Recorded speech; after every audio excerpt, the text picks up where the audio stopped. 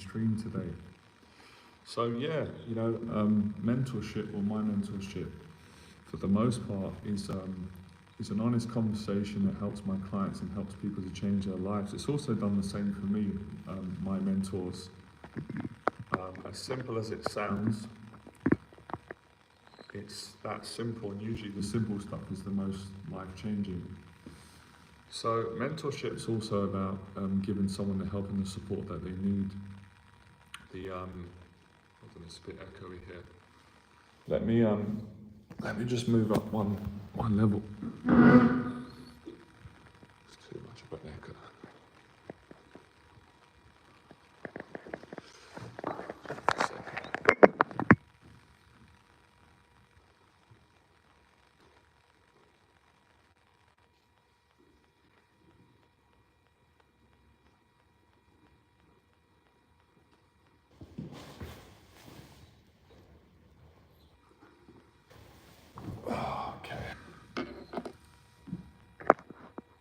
So yeah,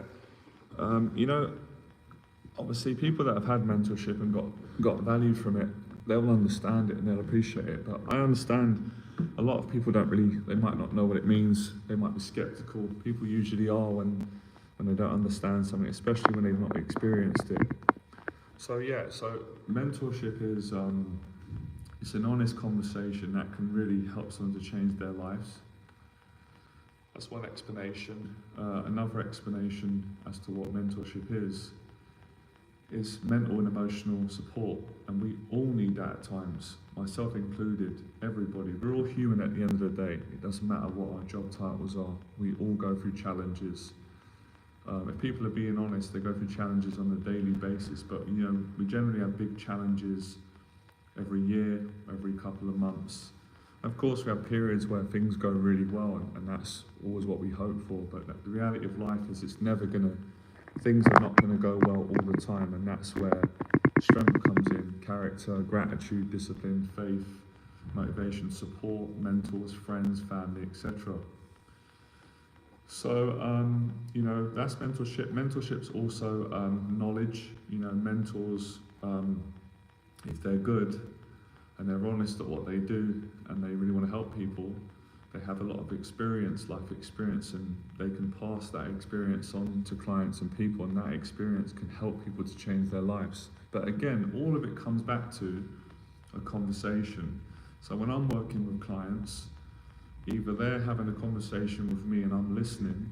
They need to talk about things that they're struggling with or things that they're not struggling with, they're enjoying. It's a dialogue where I will listen really carefully, and it's a great experience. And then I will speak when I need to speak. So when you break it down, when you get right down to the fundamentals of what is mentorship is a conversation. If you go online and write in motivation, what are people doing? They're speaking, they're communicating to people to get through to them, to inspire them, to educate them, to motivate them, to help them, to reason with them, to give them hope, faith, strength, knowledge, to solve a problem, information. So mentorship is a conversation.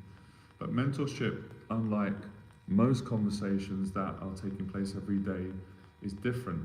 It is different because a conversation that you'd have with a friend or family or the general public is different to a mentorship conversation because well, number one, if it's paid mentorship, you're not paying your friends and family and the public to tell you the truth about where you're going wrong and to help you to put your life right.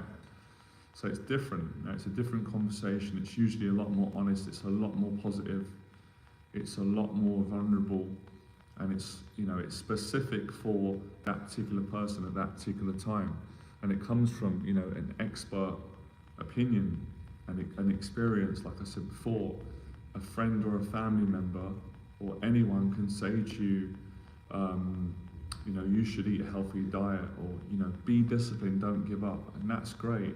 But if they're not doing that in their life, you're not really gonna respect that. You're not gonna believe it.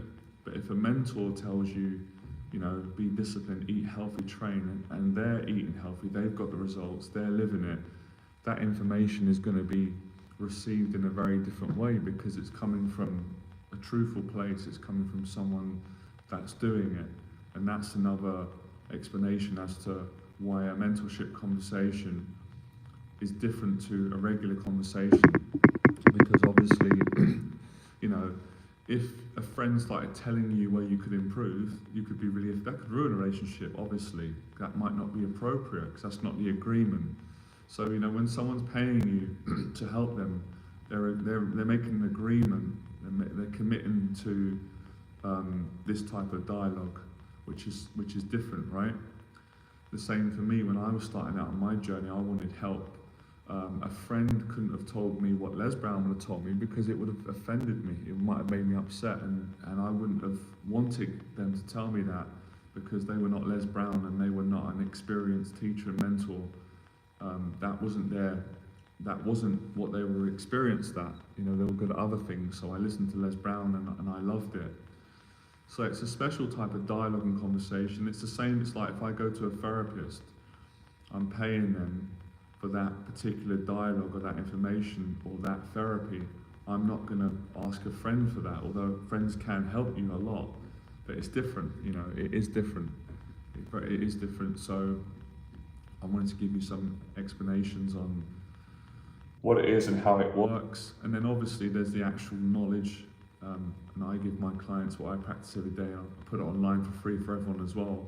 Daily discipline routine, which consists of, you know, getting up early, making your bed, being thankful for what you are thankful for, practicing gratitude, clean your apartment, eating healthy, going to the gym regularly, spending time with positive people, working on your career, your business, creating content, or, you know, if you're not running a business but you work for someone, doing the best that you can, journaling, you know, all the ways in which to live a positive, disciplined life.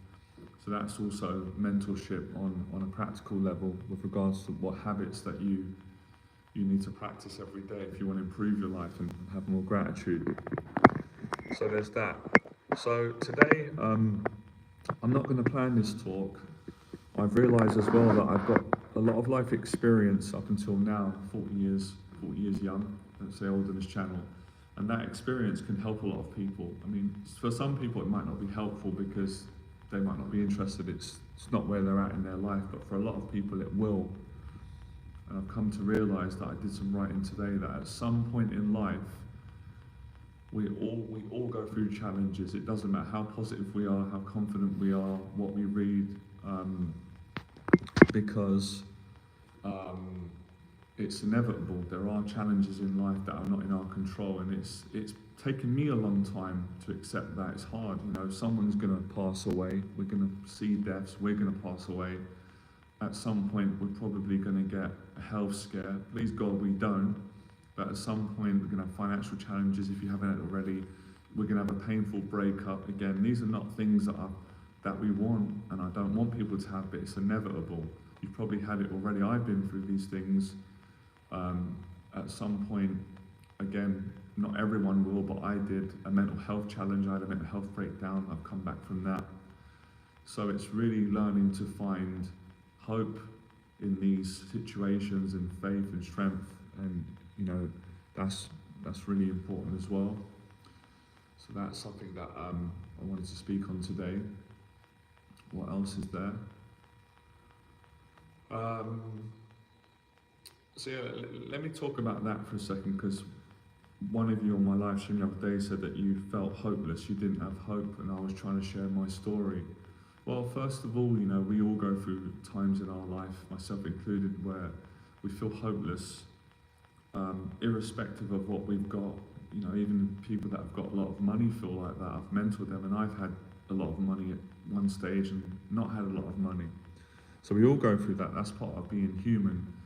And that's where faith comes in, or strength, or, you know, hearing people's stories. Now, I can share my story. In 2017, after being a successful entrepreneur and a coach, which was a dream for me, I worked really hard to get to that point. I never thought I could do it. Part of me did, part of me didn't. Anyway, I did. My life was going really well for a few years. I was so happy. You know, I had a girlfriend, we moved in together. I overcome feeling suicidal, depressed. I got confident, I built a successful business. I didn't get an education at school, I didn't really enjoy school, I was getting bullied a lot. I didn't go to business school, I didn't have any money savings, I learned from scratch. I went out and developed my skills and started to mentor other people. And things were really, really good for a few years. I just thought they were going to stay like that. I just thought, wow, I've worked really hard to get here. And I never imagined that, my life was going to fall apart a few years later, but that's life for you. So after several years of being successful, and when I say successful, I don't just mean with myself, which I was, I mean with helping a lot of people, many people, which is I'm grateful for. I started to get mental health problems, and then I had a really vicious mental health breakdown. And in 2017, I had to go into a mental hospital. I was so unwell. I didn't really know what was happening to me. My family were worried, people were concerned, and I knew that something weren't right. But when you're really ill at a certain point, you don't think that you're unwell. You kind of feel like that's part of being unwell. Like you don't know that you're unwell. You're kind of battling with something. Anyway, I got really unwell. I agreed to go into hospital. I thought it was just a regular hospital that I was going into, and they said just a couple of days. So I was like, sure, okay, I can handle that, because my mum was really worried, and the doctor, I didn't really want to do it, but I thought I can handle 2 days. But I didn't realise when I got there, it wasn't a regular hospital. It was actually a psychiatric hospital, a mental health hospital. And when I realised that, I was petrified. I've not felt that frightened in, I don't know how long I can remember, maybe since when I was a child getting bullied, even then. So I literally thought, guys and girls, I thought my life's over. Like the emotions that came up, the fears, the anxieties, I was scared to death. I was 34 years of age. Bearing in mind, I was quite a strong person. I mean, I would have to have been to have achieved what I'd done. And I thought I was kind of strong, and people thought that. But in this situation, I was completely vulnerable and weak, and I did not feel strong. I felt hopeless. I lost, obviously, when you have a mental health breakdown, for those of you that don't know, I wouldn't want anyone to go through that, by the way, but if you have gone through it, you literally feel powerless at a certain point. You're not in control of your own mind. Your own mind is attacking you. That's part of the illness, having a psychotic breakdown. You've got anxiety levels that are not normal. Everyone's got anxiety from day to day, normal amounts that we can handle. They might get a bit stressed, but we get through it. But this was a level of anxiety that was borderline unbearable. I felt like I was being tortured mentally and emotionally every second of every minute. I wasn't getting any peace at the time, and I was scared that they were going to lock me up and not let me out. My instincts kicked in, and I was looking around at people that were not well, shouting. Obviously, a lot of people that were sick in hospital. So I was scared to death. It was like my childhood nightmare. I'd never imagined. That line in Rocky 3 where he's talking to Adrian on the beach, and he says to her, he's kind of breaking down, and she's talking him through it. She's amazing, Adrian. What a mentor. I love her character in Rocky. In some ways, I like her character the best, even though I love Rocky, I love Mickey, I love Apollo Creed, but Adrian's just brilliant for me. What amazing woman, what a performance. And when she says to Rocky, what's the truth? We've got houses, we've got cars, we've got money, we've got everything, but the truth, what is the truth, damn it? And he says, I'm afraid. He says, you want to hear me say it? You want to break me down for the first time in my life? I'm afraid. And then she says to Rocky, I'm afraid too. There's nothing wrong with being afraid. And he says, for me, there is.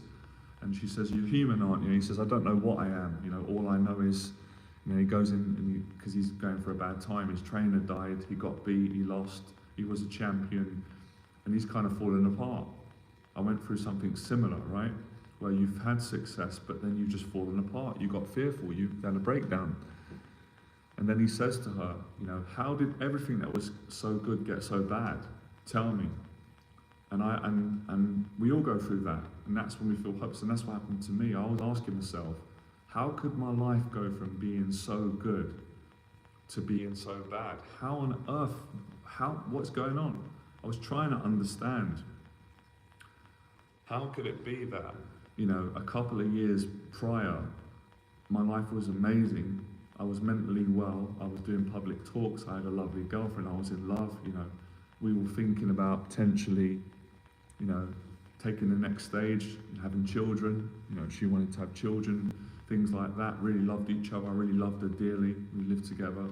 We grew together. She supported me. She's the most supportive woman that I've ever had, other than my nan and my mum, but an actual relationship. And she stuck by me when I met her. I didn't have any money, but I had a dream.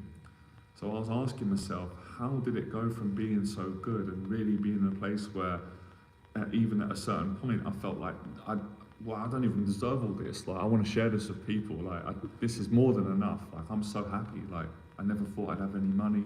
Never thought I'd have a girlfriend. Never thought I'd have any sort of peace, because I, you know, grew up struggling. So going from that to then going, literally, my life's falling apart. Like, I'm in a mental hospital and I don't want to be here, and I want to get out. And these people are saying that I can't leave and that I have to be here. And I'm trying to explain to them that I shouldn't be in here. So I was hopeless in that point. And that line from Rocky was exactly how I felt. How did everything that was so good get so bad? And obviously Adrian comes in with wisdom and says to Rocky, she's giving him a lot of strength, you know, what's so bad? Like, you know, basically saying this is life, it happens to all of us. Things don't go well all the time, they don't. We can hope for the best, we do our best, and when they're going well, we appreciate it. But it doesn't go well all the time for anybody on planet Earth. And more people are starting to admit that now, which is great, because I think some of these things affect our whole culture, especially young people, because young people feel that they've got to be happy all the time, they've got to be popular, and they compare themselves to people on social media that they don't really know, and they don't see all of their life, they just see the good bits. And if you just look at someone's life and you just look at the good bits, you're going to compare that to you and go, oh, they're not like me, I feel ashamed because I've got many things in my life that I'm struggling, but it's not true. They have challenging bits, they might be going through a good episode, a good time. So, you know, back to the hopelessness, that conversation is terrifying when you're in it. It's a negative conversation, and it's in your thoughts, it's your mind going, I can't get out of this, things are not going to get better for me, I'm trapped, you know, I'm the only one, no one cares about me, I'm lonely, I'm frightened, I don't feel loved at this moment, I feel left, I feel abandoned, or I feel everyone's, you know, people don't really have, all those things, no one cares, all those sorts of, we go through that, that's part of all the things that you go through. So I was in that place, and I was at a place literally where I thought, I don't know what to do. Like, I am frightened to death, you know, and I was scared to trust at the first day in hospital, and I didn't know what to do, because I didn't want to be in there, but I weren't allowed to leave. And I was so frightened, and when you're so frightened, you feel like you're going to be in that dark place forever. And I was like, I just want to get out of this place. I want to leave the hospital and go back home. And I also want to stop feeling so frightened and anxious and tormented by my intrusive thoughts and the anxiety and the depression and the stress that I was under at the time. So on day one, they sat me down in a room. The lady went off, came back, she had some forms, she was asking me some questions at the time, general questions, and I was just about answering them. I didn't want to be there, and then eventually they sent me to my room. It was pretty much like a prison cell to me. It was a little room. I walked in the room, there was no television, there was a small bed, a cupboard, and no internet, and I just felt so lonely, so frightened. I started to cry, you know, that's how scared I was. I was very, very vulnerable. I was surprised at myself. Part of me was aware, you know, part of me was sort of overseeing myself, going, I can't believe how vulnerable I am, how strong I was before, what's happened to me? I'm a grown man, I'm 34, but I'm like a child. Well, that's, you know, being broken down. I had a mental illness, I didn't know it. And I felt hopeless and scared. I remember thinking, it's over, my life's over, there's no hope. And I didn't plan this, but my instincts kicked in, desperation, and I literally went, I've got to get a copy of the Bible ASAP. I have to turn to God. Bearing in mind that was not in my thought process. I was not going to do that up until that point. Now, just to make a point to say that I respect people of all faith, right? Because everyone's got their own faith, and that's really, really delicate and precious to people, and I respect that. Same as, I hope people respect my faith, right? Whatever you believe in. But my faith is Christian, and I was Christian growing up. Always believed in God, believed in Jesus, but for many years I just kind of lost my faith, didn't really think about it anymore. But obviously now I'm in a very difficult, now I was in a life and death situation. No one told me, no one told me. No one in hospital said, turn to God, turn to Jesus, or get the Bible. Even I'm not going to say it. Instincts, intuition, desperation, hopelessness. So I walked out of my cell, and there was a reception right where I was staying opposite me, and I was nervous. I remember thinking, man, if they don't have a copy of the Bible, I don't know what I'm going to do. I'm going to go insane in here. Like, I've got no one to help me.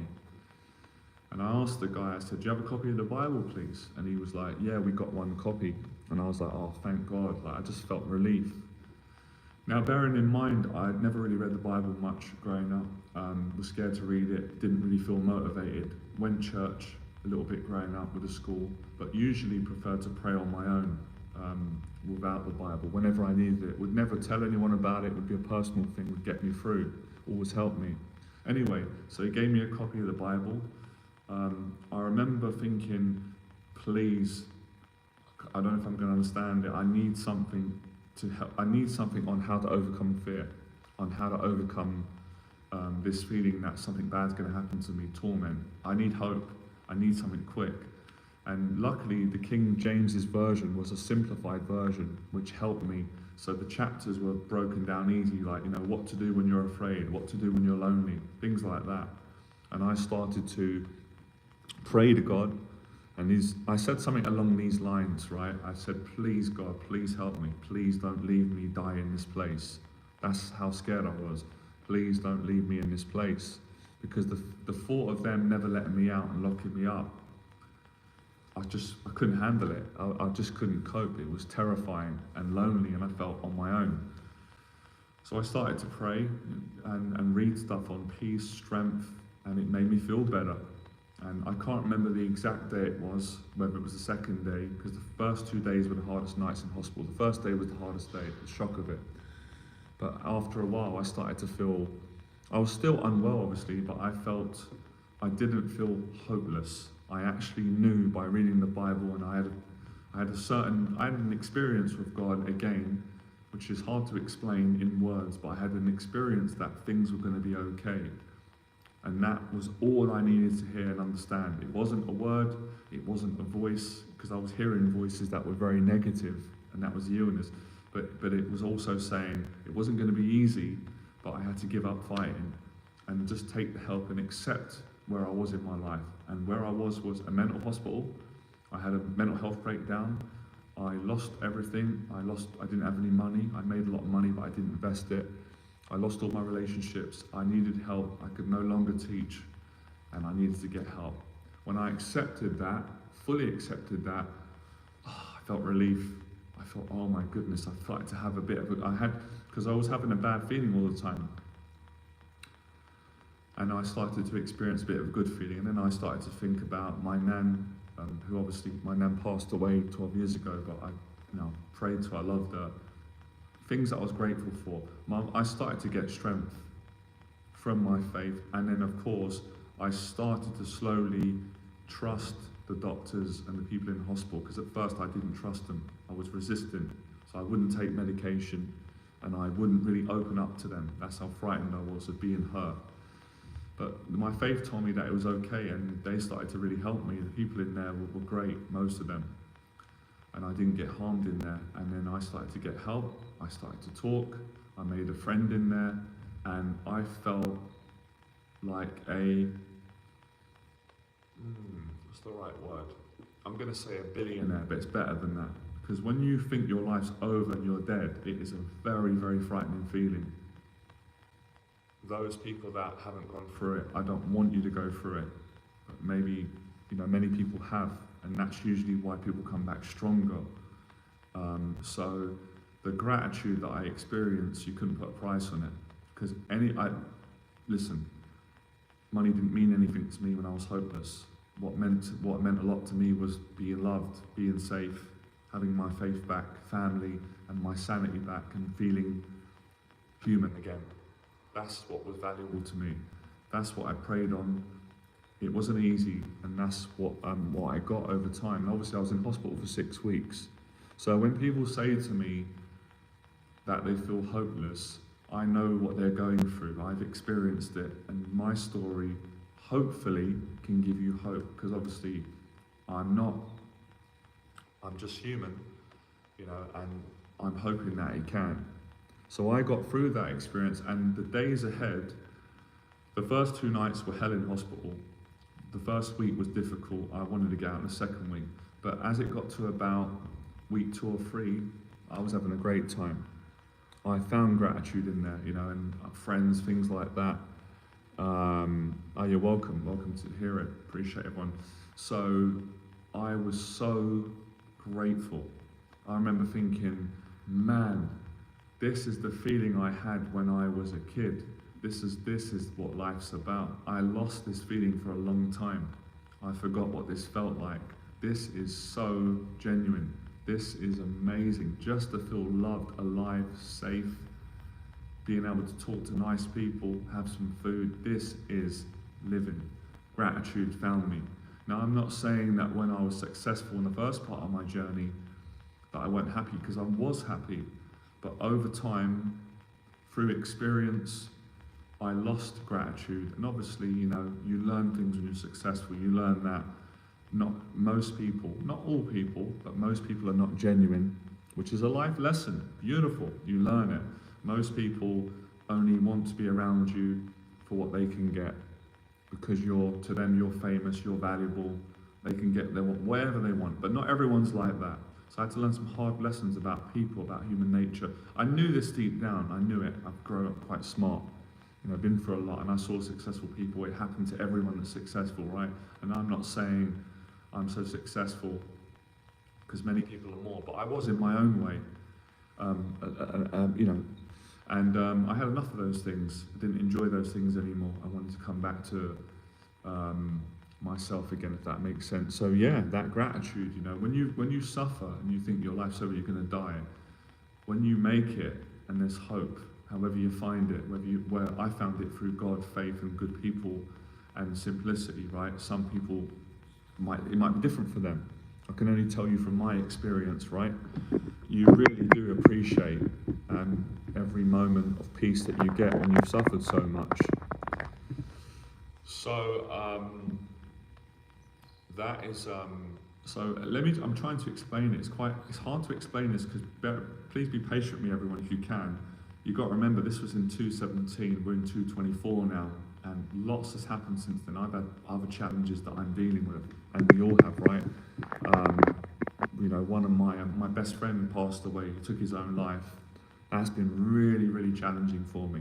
But I found gratitude. I loved him dearly, will always love him. He was one of the best friends I've ever had. Just a beautiful, lovely person. So, you know, that hasn't been easy, but my faith again, good people, strength, life, learning, hope, again. So whatever people are going through, I understand.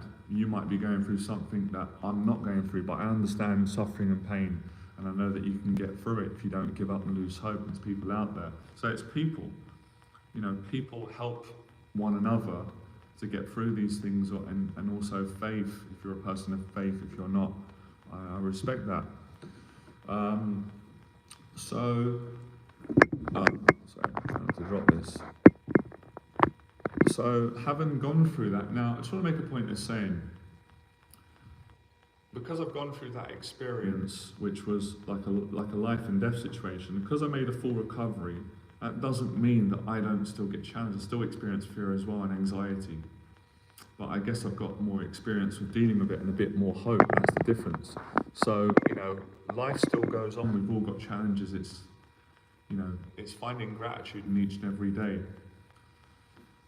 So never give up and don't be afraid to ask for help. That's what I really learned on my journey, because there's a lot of people that care and they're not going to judge you.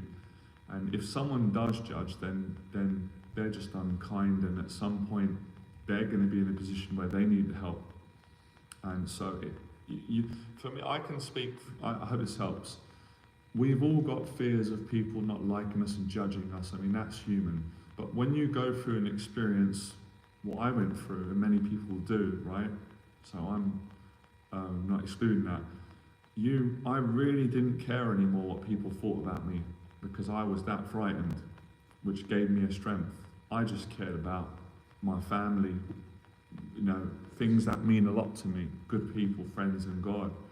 So I had an extra strength that I wouldn't have had before, because usually, and we're all guilty of this, and it's not to make people guilt trip, but our pride gets in the way, as my pride has got in the way many times, and probably on a daily basis it does still. So because my pride was kind of knocked out, I didn't have that fear. I'd gone beyond that. When you're that frightened, you're desperate for help, and that's when you have strength. And that's why the quote from St. Paul resonated and was true for me when he said, when I'm at my most weakest, then I'm at my strongest, or when I'm at my most vulnerable, only then am I at my strongest, because you've surrendered, you're not hiding anything, you've given up, you're not trying to be something that you're not protecting yourself because you're so broken and frightened, and that's where the strength comes through. That's a deeper thing that I learned. And I know that people like who I look up to, many people, not just famous, but someone like David Goggins, who really has inspired me, and I appreciate him. By the way, I don't worship any human being, only God, but I appreciate humans. I know that he's gone to those places. That's why he's achieved what he's achieved. Not just forget about the money and things like that. The person that he is, what he's overcome, his story, the amount of people that he's inspired, overcoming an abusive dad, helping his mum, the running that he's done, the talks, the honesty, the vulnerability, that level of strength and honesty, you can't get that without going through really, really challenging experiences in life. So I hope people can take a lot of strength from my story, this conversation, hope, and apply it in their own life, because like I said, I want to explain to people, you don't have to go through a mental health breakdown like I did to understand what I'm saying. We all go through challenges, I guarantee everyone on this live stream has already had their heart broken. I've had my heart broken several times. It's life. Has had a painful breakup, someone that you loved, that you liked, separated from you, or it didn't work out. Sometimes that happens. You both love each other, but it doesn't work out. You're not right for each other. It's no one's fault. It's just different values, different journeys, but it's still painful. I've been through that too. It's really painful. Again, hope, not giving up. Usually when people have a breakup, one of the first initial knee-jerk reactions is to feel that they're not good enough, which isn't true. I've been through that. I'm not good enough. This person left me because no one loves me. I'm not good enough. I'm less than. It's not true, but it is a normal human reaction. That it's a knee-jerk reaction, or and then hope is to be found in the most challenging times, when we have a health scare. We might have an illness, a health challenge, we have a mental health breakdown, we have a relationship breakup, we have a big financial loss, or someone dies that we love close to us. That's really tough. I've been through that twice now. Or we're battling with an addiction that's taken our life over. All these different challenges that life presents, that human beings go through at some point. And I've got a saying, it's a little bit cheesy, but I kind of like it. It's not about what you're going through, it's about what you're growing through. Because we can all go through difficult times in life, and we all will. It's inevitable. It's only a question of when. But we can choose to grow through it. And that's what I chose to do for my mental health breakdown, because I could have given up. I was allowed to, and I wouldn't judge anyone who did, because I thought about it. I could have never worked again. I could have stayed on medication, been on benefits, universal credit, never worked again. And I did have a right to death because I was sick. But I decided, no, I'm going to make a decision to come back and get well. I want to work, I want to pay my own taxes, my own rent, and I want to help people. I want to come back from this and share my story. I really want to do this. I want to help more people, and I want to enjoy my life again. Get fit, train, and share this story to as many people as I can for as long as I need to. So, we can't control everything in life. That's what I've learned. We can't, and that's where a lot of anxiety comes in. We can't control everything. That's learning to accept that. Challenges everyone, depending on how much you've but we can choose how we respond to challenges. We have got a choice to health challenges, financial challenges, relationship challenges, trauma. We have a choice in how we respond, and I learnt that in the most darkest times, which was when I was in a mental hospital, having a mental health breakdown. I've also learnt that in some other situations in my life as well, which I might speak on at some point. I need to take a breath. It takes a lot out of me doing this talk, being this honest, honourable and vulnerable, but it's worth it. I don't know if you're still on the stream. That's a good question. My advice for boredom, pornography addiction. I think with boredom, you've got to find something to focus on. And obviously, ideally, if you can go spend time with friends, but sometimes that's not always possible, speak to someone. I would say go to the gym, work out, do something that keeps your mind occupied, because boredom is when the mind is not focused, and it's when you're thinking, anxiety. I understand it, we all go through it.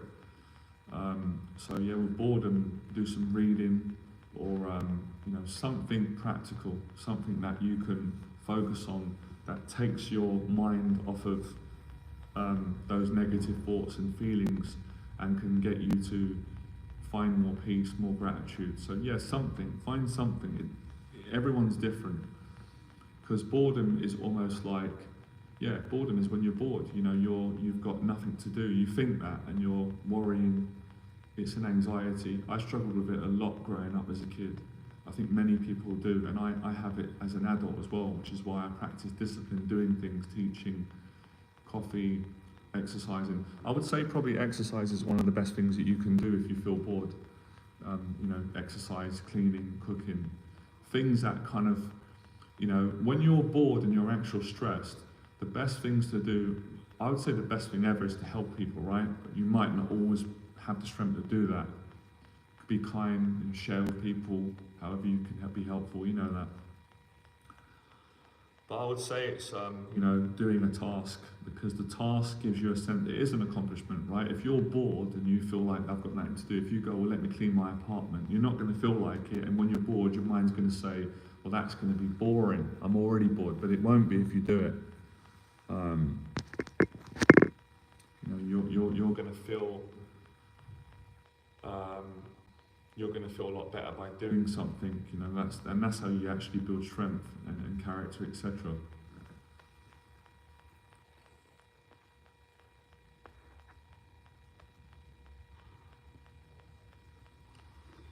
Another thing that I've learned in life, which isn't easy, which is not giving up when things get difficult, and that can happen in so many things. That can be happening when you go on a run. I like doing running a lot. I don't know if you guys and girls like running. I recommend my clients to do it. Any of you, it's life-changing for your mental health, really good for gratitude, everything, confidence, gratitude.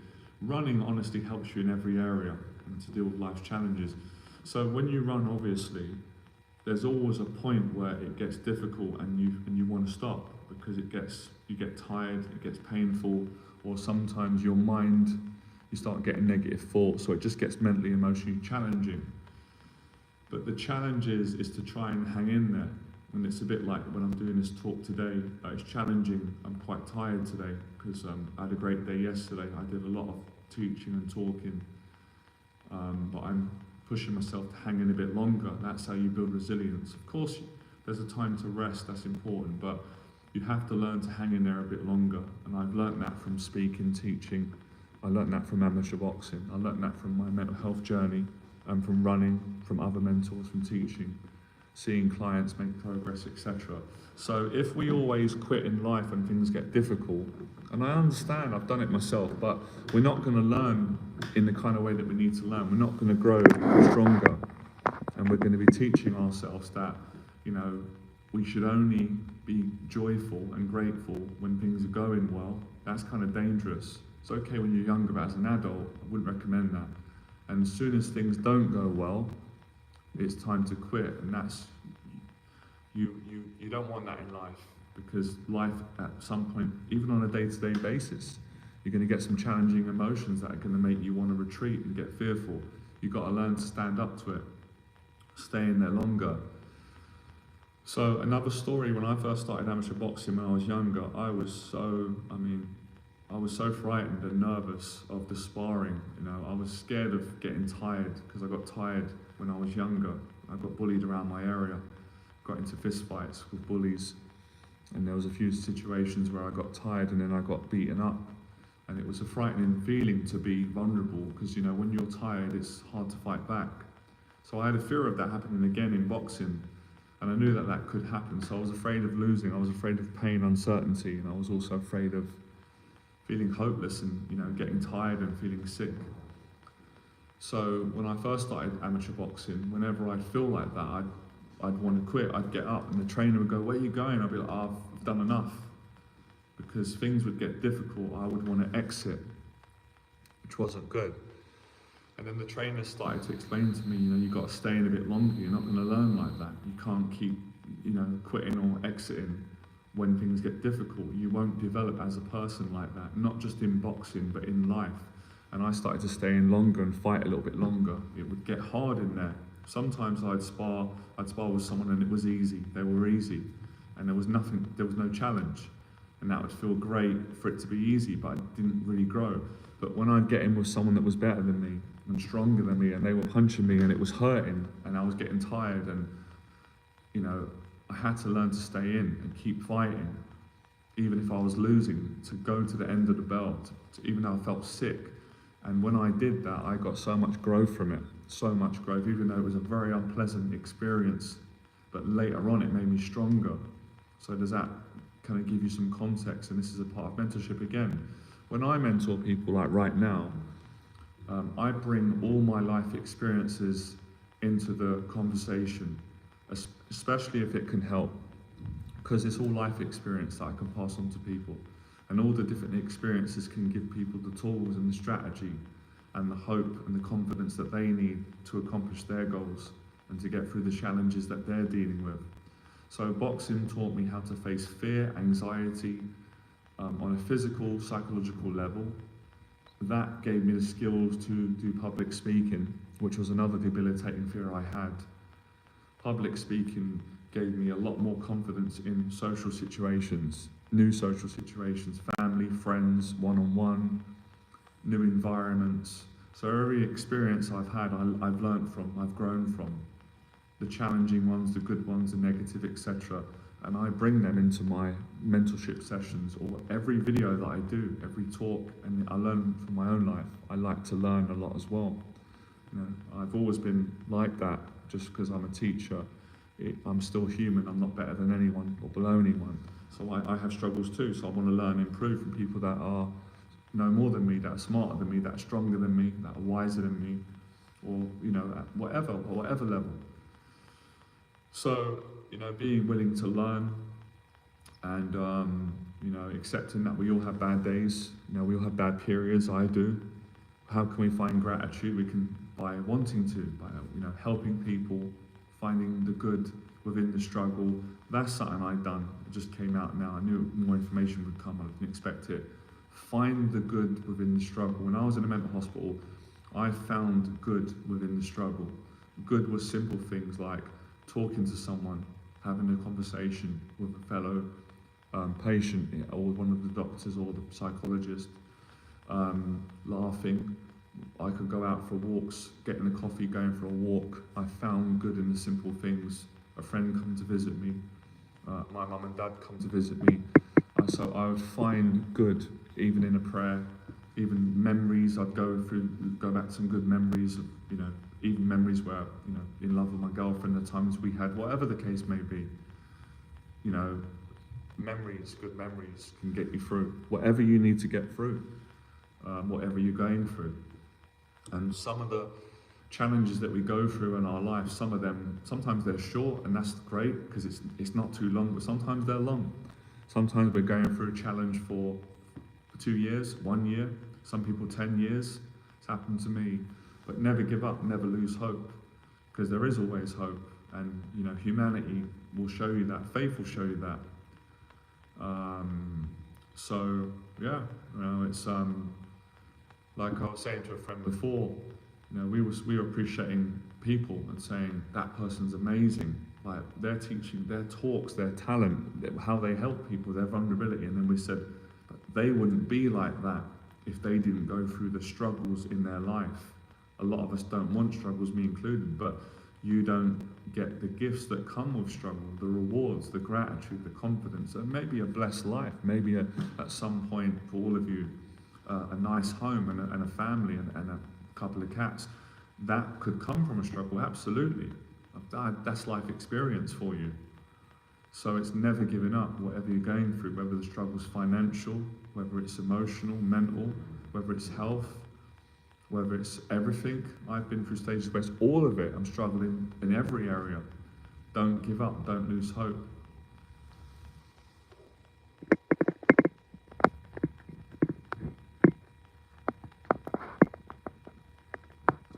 Any other questions, please ask me. If I can answer them, I will.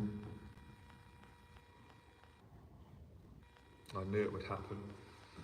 I really feel like I had 2 coffees earlier on, and this is a true story, Adam, actually. I was feeling sleepy. I was going to go home and not do the stream and sleep, but I thought, no, I'm not going to do that. Still had 6 hours. I'll sleep earlier tonight. And now I feel really good, energized. So that's, you know, pushing yourself. I think sometimes we need to do that. We need to push ourselves a bit more, because we don't realize how strong we are. We don't realize what we're capable of doing. Sometimes we need to be tested, obviously within reasonable merit. And of course, there's a time to rest. Rest is also really important, actually, and speak on that. That's how I recovered a lot in my mental health breakdown. I did what I needed to do with therapy, but I did also have a lot of rest. It was in the rest time and the praying that I got a lot of strength from my faith and, you know, things that got me through the difficult time.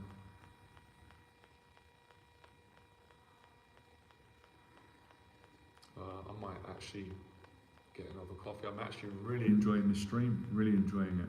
I knew I would. So, yeah, you know, don't rush, guys and girls, if you're listening. Take some time. I'm going to take some time. A lot of times we do that when we're in a challenging situation. We're rushing for a solution. It's fear, I get it, we're human. It's an instinct, it's built in us. But sometimes you just got to go, hang on a minute, stop, step back. Let me not think about this just from, you know, the negative. Let me have some space. Let me just be a bit aware and breathe. And think about the situation in a different way, in less of a frantic, fearful, catastrophizing, it's all negative, and see how can we get through this. It can be done. That's what I love about people. I love many things about people. The main thing I love about people is I know they're not always like this. None of us are, or we try to be. I like kindness, and when people are very genuine, I love that. It makes life worth living. But I also love the courage that people have. Listen, for me, it makes no difference. Everyone's the same to me. It doesn't matter if they're famous, they're rich. It doesn't matter who they are. We're all human beings at the end of the day. Someone that is got a man or a woman, old or young, doesn't matter what background, gender, creed, someone that has overcome hell on earth adversity, life and death, challenges, illnesses, whatever, who's come back from that and helps people and shares their story and helps me, it can easily in a heartbeat make me cry with gratitude and joy, because I know what that takes, and sometimes I don't know what that takes, and that's where I love learning and appreciating people, because sometimes we don't understand what someone went through, because we've never been through it, and we think about ourselves going through it. God, I couldn't do that. How did they do it? And I've got a couple of stories to tell. I think I'm going to need another coffee to get through this, so I'm going to take a chance. If someone steals my phone, it's not the end of the world. You guys and girls will tell them to leave. So we'll have a short coffee break, a few minutes, because I'm going to try and do another hour. I said I would. I've done almost an hour now. I'm going to get coffee, come back, 5 minutes, and then we'll continue. I'll leave the phone here, all right? But for those of you that can't stick around, that's my story. That's a big part of it. So if I could get through that and come back and be in an even better place, and I've got other challenges I'm dealing with now, which I'll share, then so can all of you.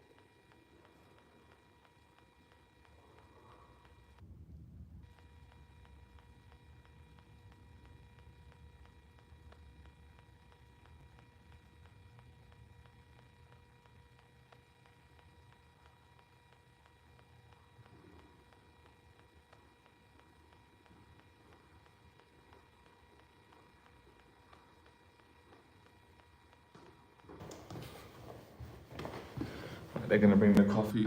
Right, this is a funny story I'm going to share with you. I want to show you guys and girls something. Well, basically, they're going to bring me the coffee. I felt a bit bad. I wanted to get it. This is such a long walk. The guy was laughing because I said, let me get the coffee, because where I'm sitting is like, look, basically, I'll show you. Look how far that is. So that I'm sitting right at the end. I love this hotel. I love hotels. It's another story. Right. Today we're talking about hope. We all need hope. And I spoke about mentorship, which is a conversation. Covered a lot today, shared my story with my mental health. Here she comes. Let me get it. There you go. I don't want you to walk 2 miles. No, I feel bad. Let's get it.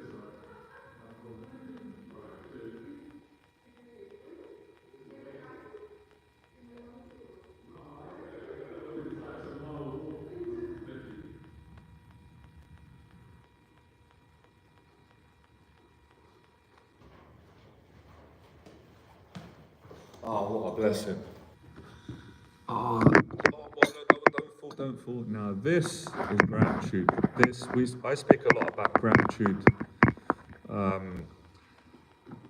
Just to let some of you know, right, I might stop making jokes, and my jokes are probably not funny anymore.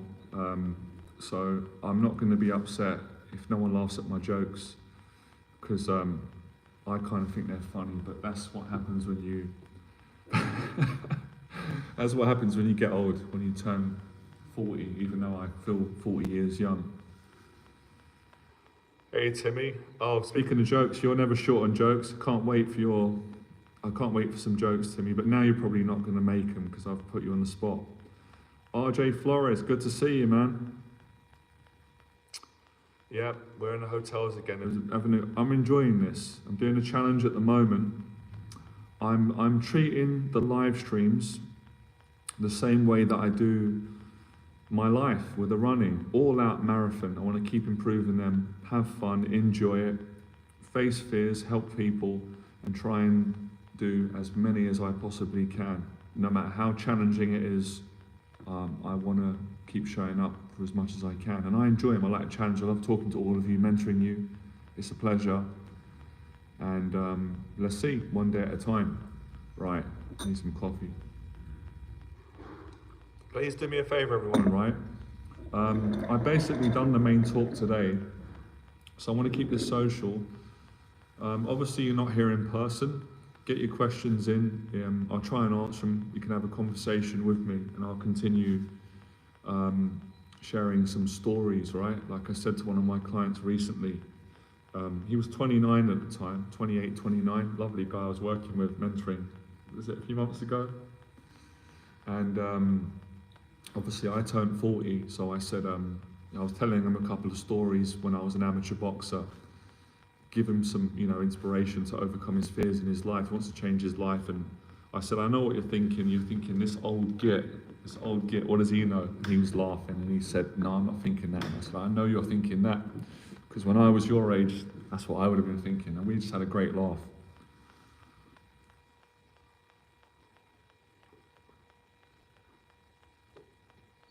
Oh, that's a strong one, that is strong. Is that a different one? I asked for, that's all right, Agni. Wow.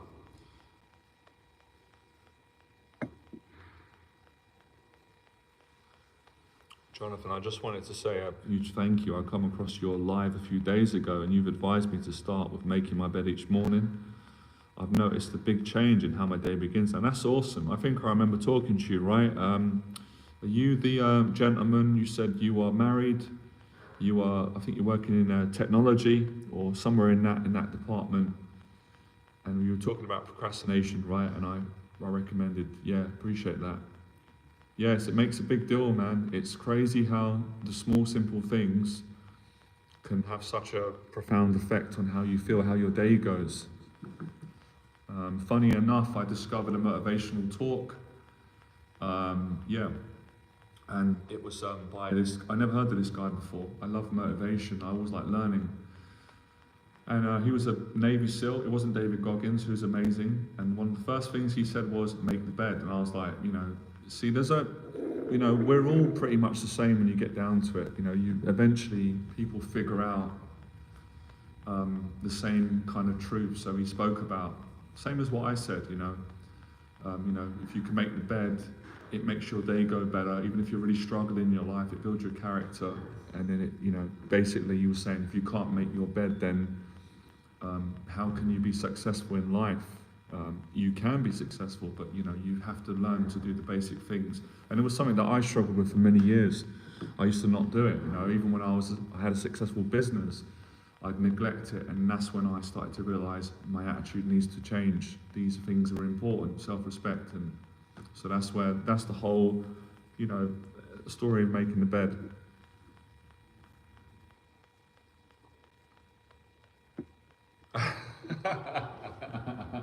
Timmy's hilarious, man.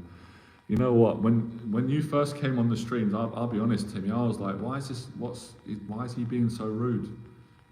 I'm gonna tell him off, but obviously I've got to know you, and you make you make me laugh. Jonathan, you're particularly relaxed. Oh, thanks for the insult. Are you trying to say that I'm always nervous and anxious? Have you had anything unusual happen over the last week or two? Well, that's a great question. Yeah, it's miracles every day, just a lot more gratitude. Just more gratitude, more exercising, more training.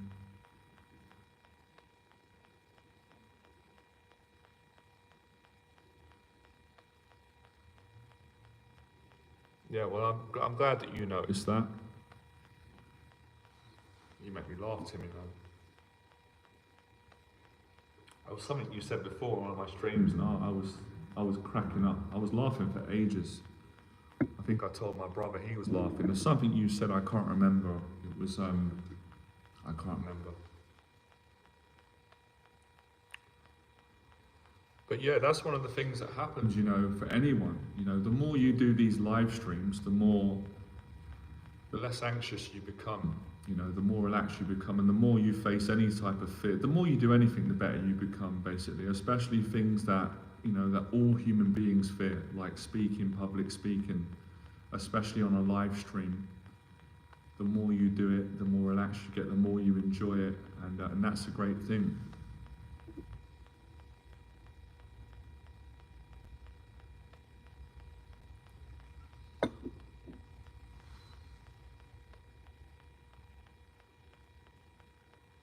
Oh, that's great. Yeah, I mean that's important to me. You know, that's why I get on with you, Timmy. That's why I appreciate you. And I like the humour's great. You know, humour's great if it comes from a good place. There's a difference, isn't there, between you know, being nasty to someone and bullying someone and making them feel bad, as opposed to, you know, joking from a loving place. We know the difference. It's common sense, right?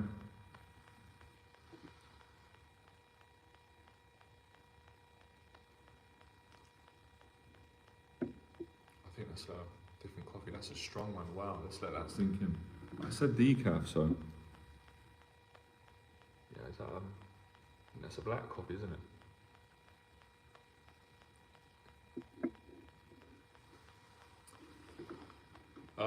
So yeah, you know, there's always hope. It's finding it. Now, next thing I'm going to talk about, I've covered that now, so I'm going to move on.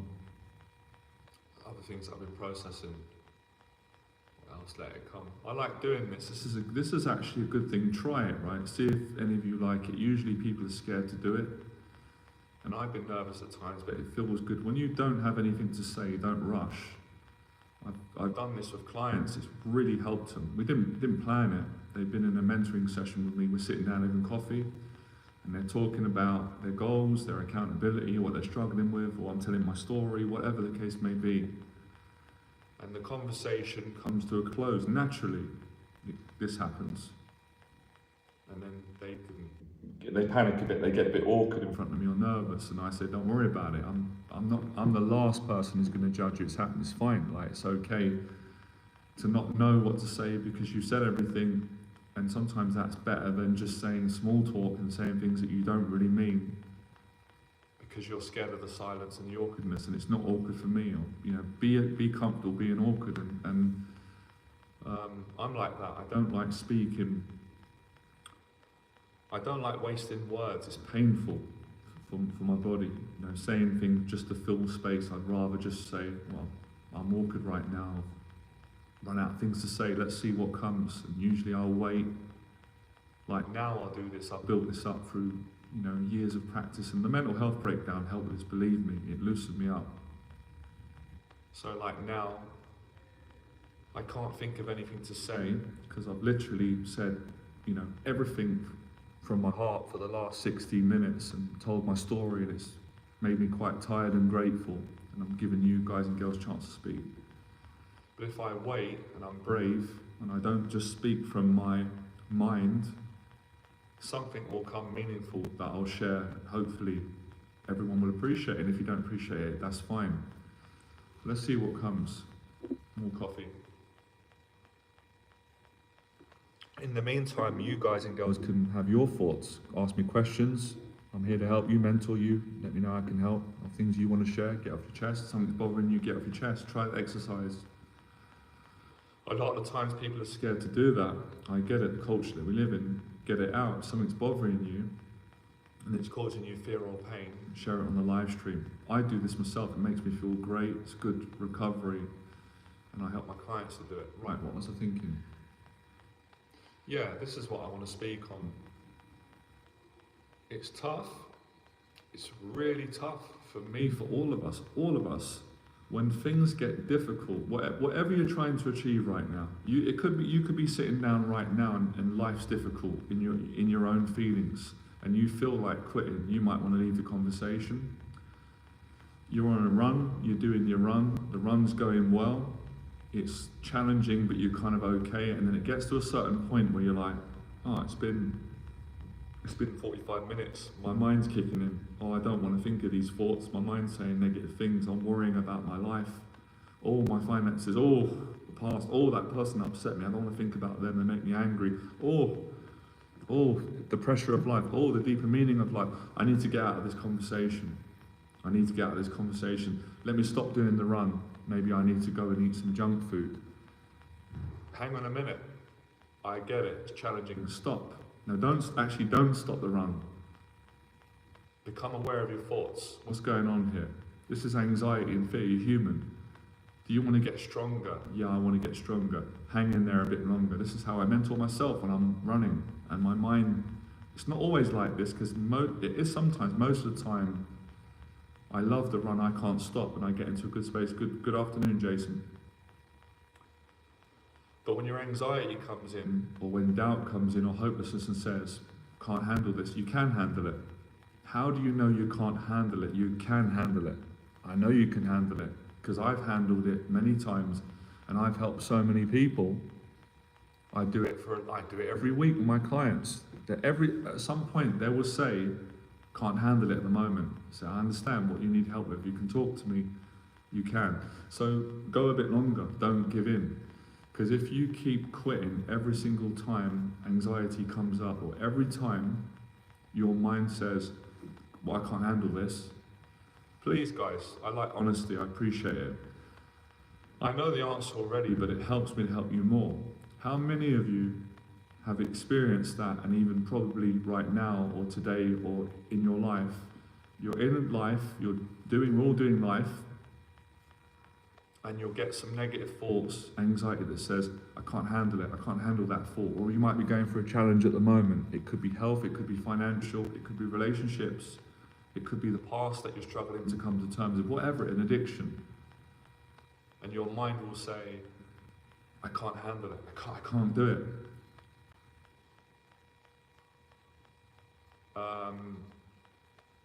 Thank you. It is warm, thanks, yeah. Let's go back to gratitude. This jumper, I bought this a few years ago. It was in the cupboard, going to waste with some other clothes, right? I'm joking, this is true. And I thought, you know what? Let me go and wash this. I would really appreciate this jumper. This is appreciation, gratitude. We don't always appreciate things until we lose them or we need them. And I thought I really fancied wearing a polo neck, because my other one was in the wash. So I went and washed it yesterday, 2 days ago, and I just really, really loved it. I put it on, I was like, wow, I feel like I've got a free jumper. So that's gratitude. How do you stay accountable with your goals? That's a good question. Well, I kind of answered that question already, but I'll go into it by telling yourself that you can handle it. People don't stay accountable to their goals because at some point in their journey or from day to day, that conversation comes in. You might not be aware of it, maybe you'll recognize it now, and it says, we can't handle this. The pain, the loneliness, the shame, the anger, the blame, whatever's coming up, because that's going to come up at some point. You're human. And if you tell yourself, I can't handle this, and you keep telling yourself that, what's going to happen? You're not going to be accountable. So I'll give you a simple example of how you can get better at achieving your goals. You know, when we get days where we wake up and we say, I can't do today. You know, I can't face life today. Not again, this life. Oh no.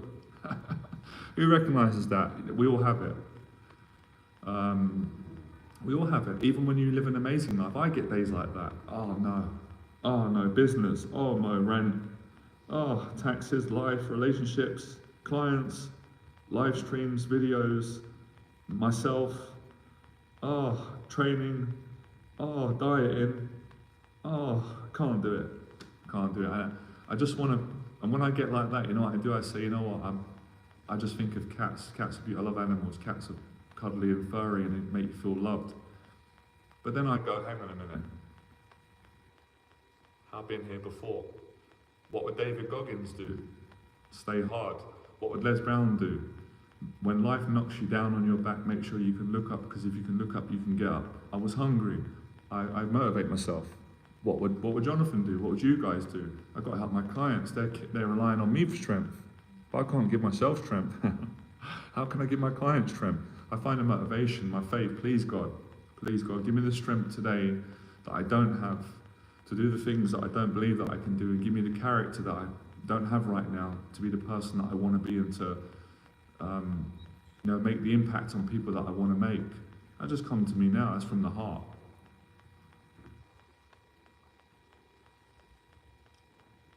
Hi Jonathan, it's true. Most of the times I cannot handle social situations with co-workers, cousins, because social anxiety is always ended up avoiding it, and I think it's low self-esteem. Well done. I really, really do appreciate your courage and honesty to admit that. But let me tell you something, you can handle it. You can handle it. But listen, it's horrible, it's unpleasant, It's painful, it's lonely. I've been through it. If you know my story, I had massive social anxiety. People wouldn't believe it now, unless they know me. Some of you probably are good at reading. You could probably, I don't know, I'm assuming you might be able to see that I've had a good life and I've had a hard life. Probably does show in my face, great. So I know what it's like, but I know that you can overcome it because I overcame it and I've helped many people. And it's the question, do you want to overcome it? As I said, if you're committed and you've got the hunger, you will do it. But I think that you are making progress because you've had the courage to share it on the stream, and I respect the courage to do that. It is hard though, social anxiety, I'm not going to lie. When you're going through it, it is a debilitating, it feels like no one understands. I've been through it, believe me, I had it bad. You feel like you're alone, you feel like you can't be yourself, you kind of feel like people won't accept you for who you are, but then a part of you knows that many people would like you, but you're struggling with yourself, with self-esteem, with and it's the shame. It's the shame of being anxious in front of people, but I try to say to people, stop being ashamed. We all get anxious. I still get anxious in situations, I'm human, but I don't care like I used to, and I have the confidence and the courage to pick it up. Just accept it, okay, I got anxious, good, I'm human. Gratitude, love people. So it's not being so hard on yourself and not trying to be perfect. No one on planet Earth, no one has ever not felt anxious. No one.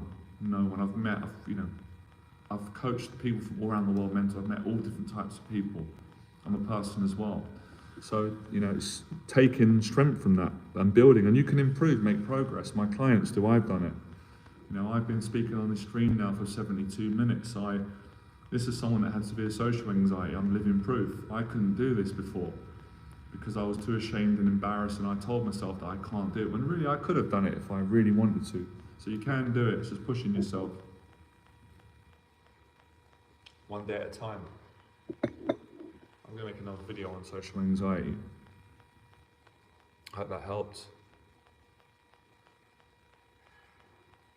Earlier on, I get the same thought process, I'm aware of it. You don't stop being human. My thought process said, I won't be able to do a 2-hour live stream today. I won't enjoy it. It will be painful. I won't be able to give the amazing value that I gave yesterday, because yesterday was a great day, an amazing day yesterday. It was a blessing, and I was in a good space, and I trained and I felt grateful, but my mind said to me today, you're tired today. You won't be able to do it today. Today is going to be a miserable day, and it's not going to be as good as yesterday. I have experience. If I believed that, I wouldn't be on the stream now. Today's even better. I'm enjoying this today. All of it was great, brilliant. So if I listened to that conversation, I went home and slept, I've allowed myself to be defeated by a thought, by an emotion, by an anxiety, by a pattern, by human nature. So I decided to take it on and give it a shot. If you fail, that's fine, at least you try it.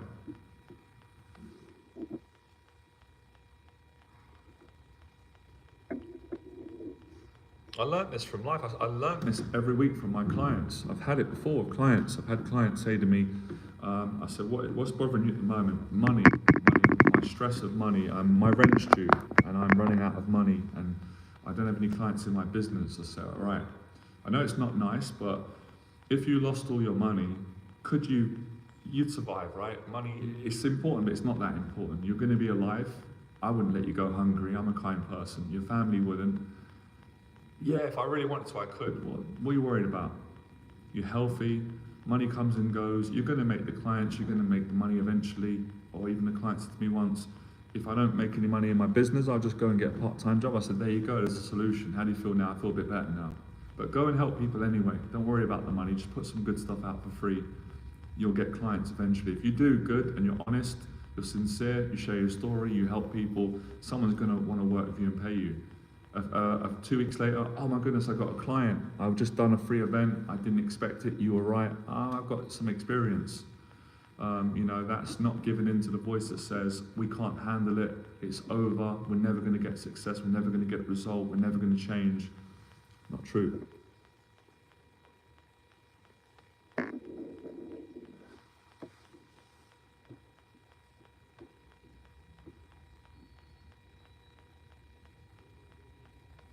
what really helps, and it helps everyone, it helps me.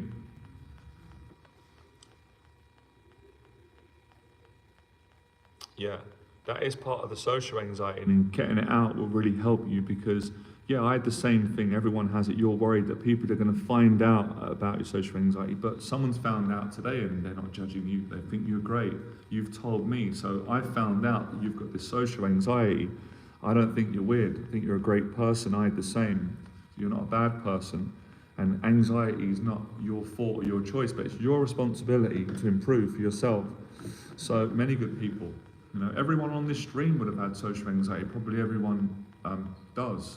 Hopefully they won't now with my help. So you're going to overcome it. It's not a permanent place. It's not your identity. Anxiety is not your identity.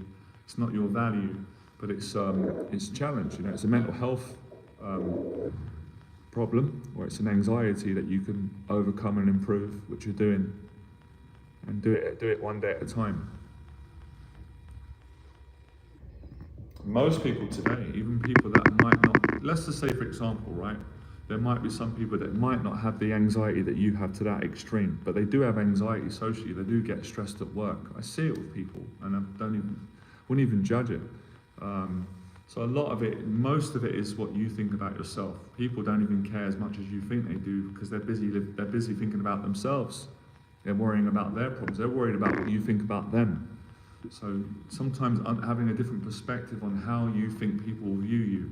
Believe me, you know, none of us are so important that everybody is thinking about us. People think about themselves. That people are selfish by nature.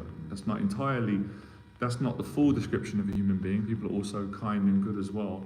But generally, to a large degree, we're all quite selfish. That's part of being human, and obviously learning to improve is to be unselfish at times, but there's times where you've got to look after yourself. So there's a perspective there that should help you to get out of the way that you're thinking about yourself, your social anxiety, how people view you.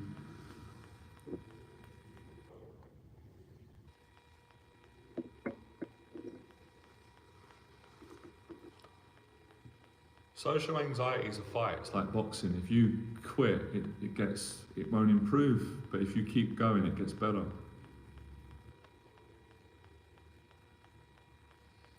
Well, the way I deal with my mind going blank is what I did earlier on today. Today my mind went blank. I did a talk, I spoke for about an hour, and I explained to all of you that I've got a bit more confidence now to call it out and say, look, at the moment, I have run out of things to say, and I'm not going to speak to hide the fact that I might get nervous or awkward, and I'm going to take some time, breathe, and I'm going to wait until something comes that's worth talking about. So that took me a long time to develop that. You could practice that. In the earlier days when I was on my journey, how I overcame running out of things to say was I practiced talking to people all the time. I went on courses, I did public speaking, I started my own business coaching people, and I just kept struggling through. I struggled a lot, believe me. I had a lot of situations that didn't go well. I didn't give up. You know, it's, so you just got to keep practicing. And I think another thing that can help is if you're going to go into social situations, especially at work where they're quite predictable, well, if you expect yourself to be nervous, then it doesn't disappoint you as much, and then you can find the courage, you know. So I'd say focus more on having more courage as opposed to trying to not get anxious. The more you try to not get anxious, the more anxious you're going to become. The more you tell yourself, I must not get nervous around people, I don't want to be embarrassed myself, I don't want to be awkward, what if people see me anxious, what are they going to think about me? It gets worse because you're trying to bargain with a bully. So just say, do it, you know. Allow yourself to be afraid and vulnerable, but be authentic within the nervousness. Sometimes the best talks are when people are very nervous and vulnerable. I've seen it with clients, I've experienced it myself. Some of the best talks I've ever done is when I've been absolutely petrified, nervous, awkward, and I've just allowed myself to break down, and then my spirit is broken free, and I've been myself, and it's shocked people, it's shocked me, and it's inspired a whole room of people, and then I'm not nervous anymore. But usually people don't allow themselves to get to that point because they're fighting to try to hide the anxiety and not let it spill out so people see it. So you just got to get the courage eventually to let people see it and be kind on yourself. And you start realizing that the feeling that, oh, people don't like me or they're judging me. Look, people are going to judge to a certain degree, but not in the way that you think. Most people are compassionate and we're all human, you know, we understand. So it's really you doing this to yourself, part of your anxiety. So I'm trying to help you to develop the tools to better manage it. It's an internal problem, really. It's not external, but it feels like that for a while. I understand, I've been there, but you know, you can do it. I did it. I'm no different to you. Keep working at it.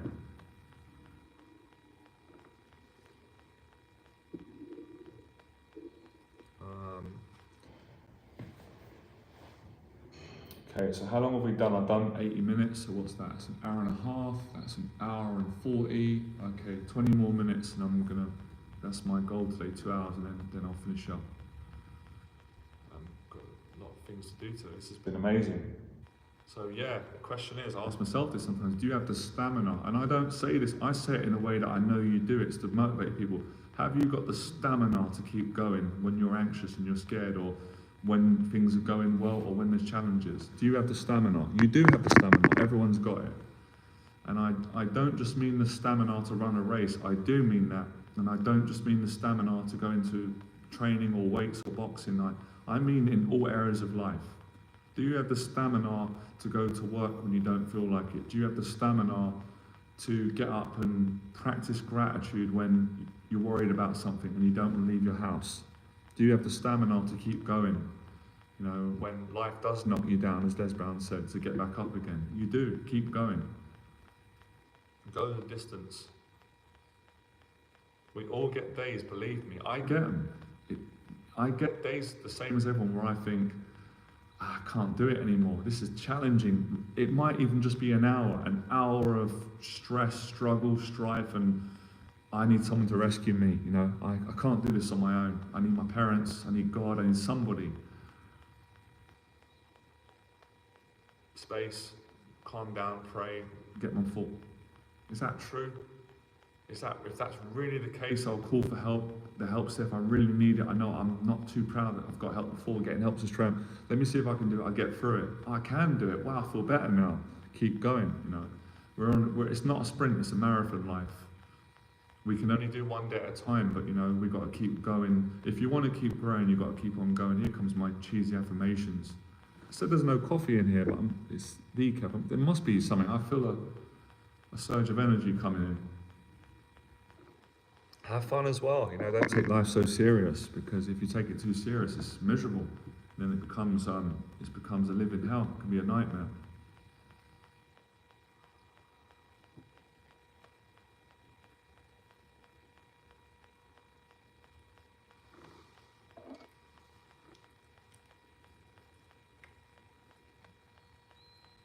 That's why I love running and training, because not only is running a great activity for your fitness and your health and your mind, so good for mental health, but it gives you the strength to keep going in all areas of life.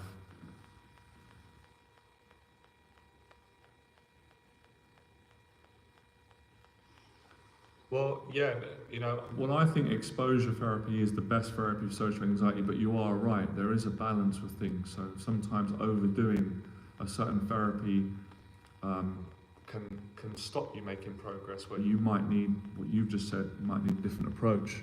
But it does work though in the long run, you know. It's that's how you get better with people, by communicating, but you might need to work on other areas. I don't know what your other areas are like, as you're asking me. So your diet, your fitness, if you improve those areas, you'll find that you'll be less socially frightened, or you'll feel less ashamed or stressed out or so hard on yourself, because you'll feel good from the working out and the eating and the dieting, and you'll carry that into your social interactions, conversations, work, family, etc.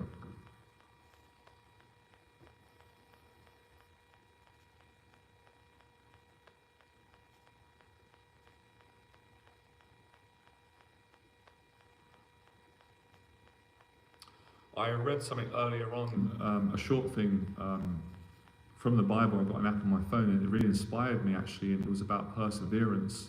Obviously we all need perseverance, and I forgot that word. It's a word that I didn't really use. You know, I've got my own words that I use a lot, That's a beautiful word, you know, because I use the word committed a lot.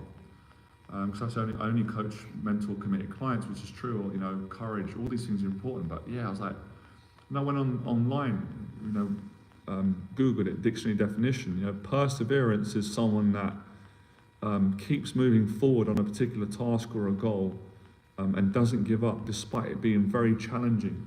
Really inspired me for today's live stream. I hope that inspires all of you in any area of life, whatever the case may be. Again, that's why I love what I teach and what I'm learning, how to change your life, be disciplined, and the values, because it applies to every area. Let's say university, for example, someone's going to university and they want to major in being a doctor or a lawyer or whatever is a scientist, whatever, historian. But it's really challenging them because they've got to do a lot of, you know, work, a lot of studying, reading, writing, developing, a lot of focused time. It's frightening, it's scary to put that work in. And they want to give up at a certain point. Maybe you've been studying at university for 2 hours and now you're going to put the books down. But something in you says, we should do another hour. Like, we've done 2, great. But if we've done another hour, that would be fantastic. And then we could go and have a break and chill out or do what we do, have some leisure time. Perseverance, to persevere, just to put that extra hour in would make such a difference. But if you go, no, I'm going to give in. I'm going to give in to the fears and the restlessness, and my mind's telling me I want to go and have a hamburger. Well, maybe have a hamburger, do the hour first, do the extra hour, go the extra mile. You've got it in you. People have got it. I know I've got it in me. Everyone's got it in them. You've done 2 hours already, well done. And I know probably at the 2 hour mark you say, I've got to stop now, it's painful, my head's hurting. All this learning, education, my mind's expanding and my emotions are, my fears are kicking in, or it's making me agitated, it's making me stressed out. It's affecting my mood. I know it is, stay in there. Trust the process, stay in there, persevere. Don't give up, don't give in when things get difficult, because if you do that, you'll teach yourself to quit in every area of life. Hang in there. You'll be better for other people. You'll have a story to tell. You'll grow more. You can, look, we've got 24 hours in a day. If we're studying for 2 hours, we want to pass our exams and be the best at what we're doing, live the best life. Surely we can put another hour in. We've got hours to rest. You can sleep in an extra hour. Same with the training. It happens to me sometimes. It happens I'm in the gym, I'm having a great workout, guys and girls. I'm practicing gratitude. I'm thinking about helping all of you, sharing my story, finding more peace in my own heart. I'm training, I'm enjoying it. But it starts to get difficult and my mind says, let's leave now, Jonathan, let's go now. Because your fears are kicking in and thoughts are coming, you don't want to think about that. Let's leave when we feel good. Leave now, let's go back home and, you know, whatever, have some food or watch some other YouTube stuff. But something in me says, don't do that. Why are you running? There's a battle of conversations. One part of my anxiety says, you've done enough now. You train too much, leave. But another part says, but you've done this a lot though. You've done this a lot in your life. And I say, no, I haven't. You have. You've done well, you're working hard, but you are leaving when things get difficult. Or you're leaving when it feels good. What are you teaching yourself? You're teaching yourself to quit in life whenever you get a difficult emotion. Come on, you've got to be stronger than that. You want to help more people, you want to go further, you want to inspire people. You've got to go through it, you've got to go for it. You have a choice. You can leave today if you want. You still went gym, that's an achievement. You still put the workout in, great. But you didn't push yourself enough. You know you didn't. You didn't do it. Other people are doing it. Why are you not doing it? Because I'm scared to do it. I'm scared to go to a place that I haven't been to for a long time. Because where I am now is difficult, but it's comfortable. I've been here before. I've done an hour workout, it's still good, it's respectable. People would say that, well done, that's pretty good, but I know I'm not giving everything. So I stay a little bit longer, do an extra hour, and I get massive amounts of growth. But it's challenging though. It's challenging doing that extra hour. It's painful, it's scary, it's lonely, all these thoughts come in. But the next week, the next months, you're grown. How do you not let previous failures hold you back? I don't let them anymore. Experience, learning, people, mentorship, gratitude, learning. Do you want to stay where you are? No. Do you want to help more people? Everybody can help people. Yes, I do. Do you want to have a story to tell when you get older to inspire people? I would love to. Do you want to be kinder to people? Definitely I do. Do you want to not allow the negative things that people have said to you growing up that were nasty, that were evil, that were unsolicited, that were not? Do you want those thoughts and voices to defeat you? I don't want them to defeat me. Do you want to appreciate your life more? I definitely want to appreciate it more. Well then, what are you doing? Don't quit. Stop letting previous failures hold you back. Instead, say thank you for them. Thank you, Lord. If I didn't go through those failures, I wouldn't have learned the lessons that I had to learn in order to become the person that I needed to become, in order to help the people in the way that I need to help them. I wouldn't appreciate things as much. I wouldn't learn. Would be weak in not a good way. There's actually nothing wrong with being weak in the right way. Vulnerability is important, but there's also being weak in the wrong way. You know, and I don't want to be selfish. Sometimes we're selfish when we let our past failures hold us back, because what we're saying is, I'm the only one that's going through challenges, everyone else isn't, but that's not true. So I find the mentorship conversation, Jason, how I mentor my clients, myself, and I get inspiration from other. If I can't find it for myself, I go straight to other people and humble and learn. I love learning. So change the perspective. Use it as fuel. I'm in pain right now because maybe you're thinking about your past failures, and let's say, let me give you an example, right? I had a mental health breakdown in 2017. I was in a mental hospital, as I've said, and I went through a lot of reflecting, as you would, and I was thinking, how has my life come to this? I had a successful business, you know. I had a worldwide fan base. A lot of people liked me, a lot of people didn't. I liked myself at one point. I had a lovely girlfriend. Money was good. Confidence was good. I felt successful. Now I'm here. I could have stayed there. I could have easily have said, I can't get past this. I can't live with myself. How am I going to do this from that? I had to come back. My motivation was people, good people like yourselves, to tell a story. So you've got to sometimes find a bigger motivation, Jason, that's bigger than yourself, in order to get through something that might feel that is out of your hands right now, that's out of your thinking, out of your capabilities, which it's not. It's not if you really want to. So you've got to find motivation, you've got to find a reason, you've got to find a purpose, a meaning. But to simplify it, go to the gym. When you go and have a workout, your perspective on yourself changes in your life instantly after an hour and a half of an intense workout. It was Les Brown that was one of the best mentors I've had, right? Not to say who's the best, but he means a lot to me. He helped me with that. You will fail your way to success. You will fail your way to greatness. Those words went into my heart, my spirit, and I lived those words, and it helped me to succeed. Failure is beautiful. We all need to fail, to be humble. If we succeeded all the time, we wouldn't appreciate life. We'd all be really, really arrogant. We wouldn't have as much empathy for other people, possibly, and we wouldn't appreciate success. There's certain lessons that success can't teach you that failure can, that you need to learn on your journey. Of course, you don't want to stay in failure forever. Of course not. No one does. And no one particularly likes failing. But when you can get a different perspective, you might like failing when it leads to great things. So, you know, my failures brought me to this point now, getting bullied at school, life and death situations as a child, many people around my area, you know, failing, being embarrassed, having no money, being lonely, failing. I failed at so much in my life, but that's why I'm successful today on this stream, talking to all of you, teaching, doing what I love, growing, helping, challenging in this place. You know, these things wouldn't have been possible if I didn't go through so many failures and trials and tribulations and heartbreaks and depressions and anxieties, but I didn't give up.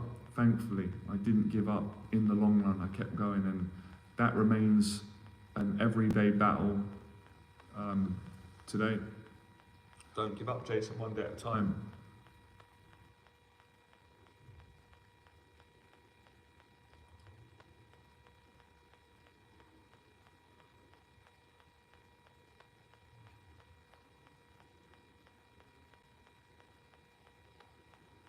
You know, I think that's why we need mentors, we need stories, because sometimes we can't get out of our perspective because it's too limited, it's too painful, it's too scary, it's too lonely. It can feel like that at times, and it can be like that, even though that's not true, that's how you feel, that's what's going on. So you've got to hear someone's story to break you out of that, to give you the incentive, to give you the understanding of the value that you can get from your own failures by moving forward. Welcome.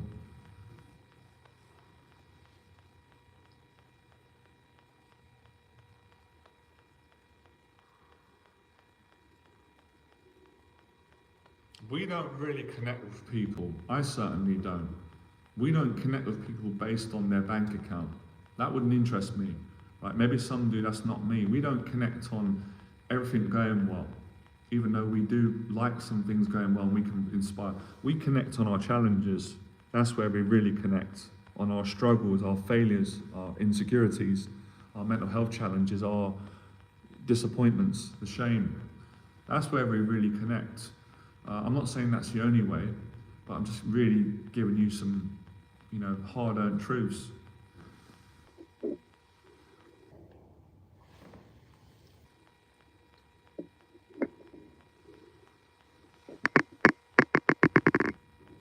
Some of the things that people have gone through, even I don't know how they've done it. I can say that I don't know how I've got through things I've got through in my life, the challenges. I've also been blessed, but there's things that I've seen people get through, and I'm like, I don't know how they've done it. I couldn't do that, but we don't know. We don't know what we can and can't do until we actually try it. But I still couldn't imagine myself swimming with great white sharks. That's one of my biggest fears. I've faced quite a lot of the other ones. Having a boxing match and getting beaten. Okay, I got beaten by the better man, but I learnt a lot from it. Public speaking, starting a business, having a mental health breakdown, coming back, standing up to bullies, helping people, going through, painful breakups, being in love, financial challenges, losing close people to me that I love, passing away, challenging, but wow, swimming with great white sharks, how do people do that? I'd be terrified, man. I'd be petrified. Oh, I feel grateful now that I'm not in that situation. That's gratitude. I love sharks though, I'm fascinated by them. They're beautiful, but they are killers, man. They scare me a lot. And they inspire me, make me appreciate that fact that I'm here now. I'm living. Wow, got through this talk today, see? Pushing myself. Everyone's done amazing. 2 minutes off of, is it 2 hours? Yeah, 100 minutes, right? 90, is that 2 hours? 90 is an hour and a half. Or is it a bit 10 minutes under?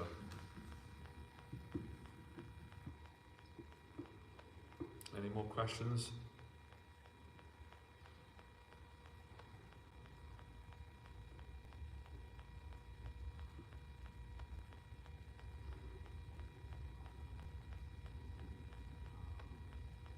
Yeah, a lot of the times these questions that people have, that a lot of you are asking yourself and asking me, sometimes,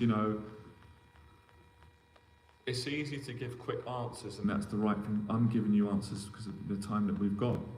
But sometimes you have to go away and sit for an hour or two and really reflect on these questions that life is asking you. Like what you said to me, how do you not let previous failures hold you back? You've got to really go away and find a place where you can relax or process or think or pray or meditate or whatever works for you, or run or talk with a teacher like me, and really think about that, and not just think about that from the negative thinking, but your heart, your spirit. Really take some time to ask yourself, how bad do you want it? How hungry are you? Are you more hungry than the part of you that don't want to do it? Because we've always got that battle with us. We've always got a part of us that wants to do it, another part that doesn't want to do it. That's our normal human fears. But when more of you want to succeed, then the part of you that is afraid of succeeding and afraid of failure and being judged, you're going to do it.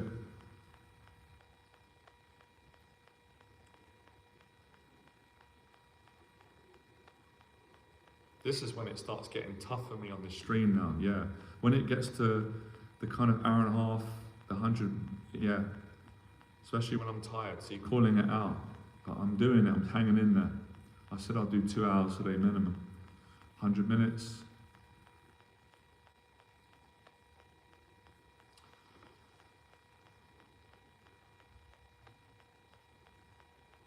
How do I deal with non-believers, those who don't seem to believe in me and what I'm trying to achieve in my life, just because it seems to be taking a long time? I'm not going to rush that. That's a great question. I'm going to do more videos on that. Hold on a second, right? Again, not rushing. Right. I'm going to give you short answers first, and I'll see what else comes. So I would say, number one, you've got to stop trying to convince people that don't believe in you and potentially don't want to believe in you. Maybe they can't believe in you because they don't believe in themselves, or they don't want you to succeed for whatever reason. Or maybe it's not out of badness, but they just don't believe in you. Stop wanting people to believe in you that don't believe in you. That would be my first. That's not, trust me, it's not easy. That's very painful. That's like saying to someone, they're in a relationship with someone that they don't want to be with no more, they're not happy, and that's like saying, well, if you're not happy, you should leave the relationship. It's easier said than done. Similar with this, but you will get it. It takes time. Making the bed discipline. That's number one. Number two, build relationships with people who do believe in you. I believe in you, and you're doing that now. Invest in a mentor, like I've said before, or come on a live stream. Speak to someone that believes in you. I definitely believe in you. I don't need to meet you to believe in you, and I'll tell you why I believe in you. Number one, because I didn't believe in myself when I started out in life, and I became successful in many different ways, and even doing what I'm doing now. So I knew when I did it, anyone could do it, because I've just thought no one's worse than I am. So I do believe in you. Number two, because I've been mentoring people for 12 years that didn't believe in themselves, and then they succeed, if they're committed, that is. So I definitely believe in you. The fact that you made the bed, you're grateful. I said that on the stream, you did that. I believe in you. But obviously, so it's getting around other people. It's having conversations with people that believe in you, but also learning to believe in yourself by facing that fear of loneliness at times. Success is lonely. Change is lonely. You know, when you stop looking for people to believe in you, that you desperately want. I've had it. I've been through it too. I know that I've had it with family, with friends, even with a previous relationship. It hurts. It hurt me. But you don't let it break you. That's actually what's going to help you to believe in yourself. Isn't that contradictory? If you take my advice, which I know that you will. You know, you're grateful, and I'm grateful that you're grateful for me. So you'll get there. So number one, stop trying to get them to believe in you. You're going to waste your energy, and you're going to get resentful and angry with them, and they'll probably be the same. Except that it's not personal, but it probably feels like it could be. Leave it. Don't waste your energy. Put your energy into your dream, your goal. The second one, speak to people that you can speak to that are not jealous, that can lift you up, that are also living an inspired life. And that would be enough for now. And a few extras, make the bed, work out, and I can see the kind of person you are. Continue to be kind to others. The best way to build yourself up when other people are bringing you down is to treat people well. Because I always ask myself that, right, what am I not getting from people that is disappointing me and upsetting me? Well, sometimes they're not being kind, they're selfish, they're not being genuine, it's all about them. I might feel like they're using and abusing me. Okay, am I going to treat people like that? Absolutely not. Kindness, giving, you feel better, and someone else will appreciate you. That's it. Great question, though, from both of you. I love that, and I love those questions. Yeah, definitely. That's natural, that's human. I like those two questions today, you know. How to not let previous failures hold you back, and how to deal with non-believers, people that don't believe in you. But you know what's funny, right? The moral that people are fascinating. All the people that didn't believe in you when you desperately wanted them to believe in you, you needed a bit of love and approval or acceptance, all those things. When you succeed and you make it, and you will if you stay on this, the crazy thing is, a lot of the times they want to give you praise, or some of them might resent you, might be jealous. That comes with it too. That's another lesson. But a lot of the times, then they want to say you're amazing, and then you're like, well, I don't need it now. Thank you, but and that's the moral of the story. When you need things too much from people, this is what I've learned. They fail to give it to you. I think we're all like that to a certain degree for real. But when you don't need it, when you can give it to yourself by loving yourself, your faith, or helping people, all those things, they give it to you. People are fascinating. All of us are. We're all a bit bizarre. Now, obviously, some people are more extreme than others, so that's what I've learned.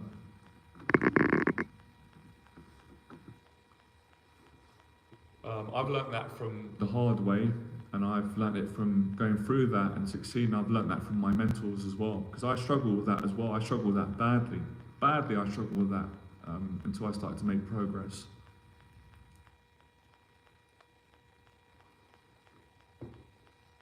Just to let all of you know as well, I forgot to say it, if anyone is interested in mentorship, I do paid programs for committed clients, easy going. I'm doing programs on Zoom, so if you just want to do an hour call, I can mentor you one-on-one. I do long-term programs. I also do programs in person. So before we get to programs, prices, availability, send me an email. I can find out how I can help you, if I can work. Look, if I can't work with someone, I will tell them respectfully, don't take it personal. I'm not going to work with someone just because they want to work me and pay me if I can't help them, but you can watch my stuff, we'll still stay friends, you'll find the right mentor. And it's the same for you. You might feel that I'm not the right person for you, you like me, and then you've got to go with that, you find the right person. So my email is below. I'm working with 2 long-term clients at the moment that are working with me one for 1 year, one for 2. So I've got a lot of time with them, so I have got limited time. But the time that I've got can be open for people that are committed and want to work with me, whether I do short term, mid, long term, depending on your goal, how much help you need. So if you want to reach out, my email is below this video. I appreciate all of you coming on. Amazing stream. I'm doing my best. I'm doing my best to do these daily, right? It might not always be possible because some days I've got clients and I'm working, but I'm just one day at a time. I don't put pressure on myself, and that's kind of the program I'm teaching. Take one day at a time, do our best. What is 2 hours, guys? Because the timer on this is different. It's okay, so 90 minutes is an hour and a half. 90, is it 110 minutes? So we're getting close there. I wanted to do 2 hours today.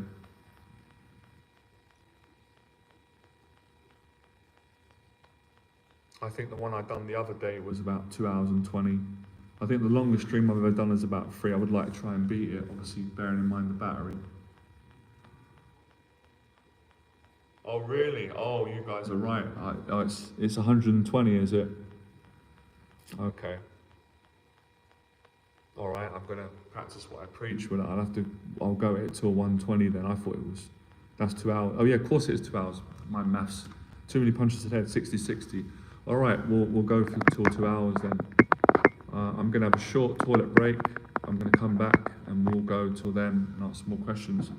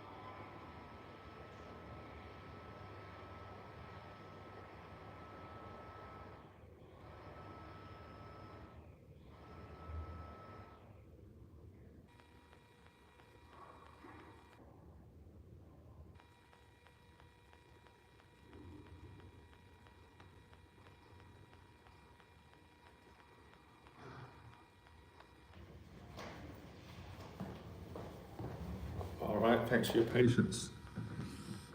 Wow, I never stop learning. I always get the I always get the best realizations when I go to the toilet. A friend said that to a friend once. He laughed and he said it was the same. Never stop processing. Who relates to that? If you're naturally an introvert and a deep thinker and passionate, empathetic, intuitive, we do a lot of processing. Right, I've got to tough it out. This is a struggle, you know. I'm going to be open and honest and vulnerable. I've really enjoyed this stream, but emotionally this is a struggle right now because I've been going for 111 minutes and I'm a little bit fatigued and tired from yesterday, but I'm going to tough it out. Practice what I preach, also learn what I learned from people that inspire me, David Goggins, all of you, you know, human beings. Right, and I've also run out of things to say again, so I've been talking for, which has been amazing, an hour and 11 minutes. And I'm at a stage in my life where I really don't enjoy small talk. Obviously, we have to do it sometimes to a bare minimum, so I like really meaningful stuff. So let's see what comes out, and you can get your questions in, all of you. That would help me to get through the next 10 minutes to help all of you. Let's see what comes. It's got to be meaningful. I'm going to say it again. This is bravery. It came when I was in the toilet. Now listen, it's become cliche. I've said it. We hear it. You've said it. All the teachers say it, but it is true, and I feel it in my heart, and I want all of you to try it. When we're struggling, or even when things are going well in our life at any stage, often we all do it, myself included. We get into certain spaces where we go, you know, ideally I'd like to be kind to people because it's a nice thing. It's nice to be kind. It's nice to not always think about yourself and help people and serve people. You don't have to run a business to do that, whatever position you are in life, but there's times where we don't feel like it. We're human. We've got our own fears. We've got our own anxieties. We want people to help us. We're worrying about our health, our money, our success, our reputation, how we feel, how the day's going to go. We all get into that, myself included. And when we're in that space, our mind can deceive us and say, yeah, it's important to help people, obviously, you know, and you know, we've helped people a lot in our life just by being kind and being friendship. But I challenge all of you, I challenge myself, try and help people when you're struggling, or even if you're not struggling, you're just going about your day and you're not in the mood, you're not in that space. And whenever I've done that, I've never ever regretted it. I love it. Timmy, I love how you just appeared. You made my day. I thought you disappeared. Your presence, it was like you came, you conquered, you vanished off into the sunset. I appreciated you when you were here. I appreciated, you know, there's time to have space. Just when I needed you, you came to the rescue. Yeah, I schedule every day. Every day. I live a disciplined life every day. I live a scheduled routine life. I live a boring, mundane life, but it's beautiful, right? I said that to a friend. She said, that's not true. I don't know why you said it. It's because I feel it, and part of me is getting out that I don't care what people think because I appreciate my life. I probably got to that stage. But it's discipline. I love it. It's challenging. Like it's challenging right now to stay on this live stream. And I know later on, I have to face stuff that I don't want to do.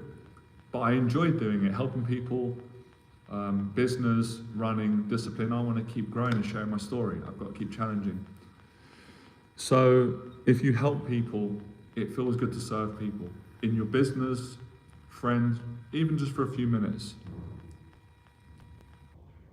That's amazing, man. Try it. Yeah, appreciate all of you following me on Instagram. So help people. Sometimes I have to hear that from my mentors because it reminds me of what I've done so many times. But of course we forget it's daily. We all do it, we're human, look. We all do it, everyone does it, no beating up. We say, yeah, but a lot of you might say, let me ask you all of you a question. No pressure at all, no judging, right? When was the last time you did something kind for someone else? There was no ulterior motive, it's nice to help people, or you serve someone in your business or just as a friend. Let me know if you can remember. It might be something that you did 10 years ago or yesterday. So we'll often go, well, you know, I was really good yesterday. I was really kind yesterday. Sometimes I do. I was really kind to a waitress or a waiter or the gentleman that served me coffee. He was having a bad day, and I was nice to him. I could see that he was doubting himself. I could see that he was not feeling good about himself, and I made him feel comfortable by being kind and making him laugh and making him feel valued and making him feel that I'm not better than you. I'm just all human.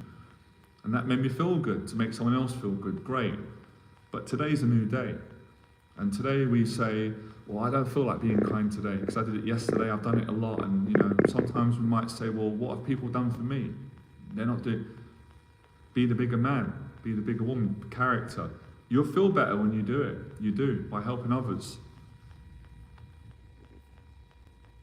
There's a 2-month free trial. Is this a joke coming? They always make me laugh, Timmy. New and old customer for Apple Telly. Would anyone like the code?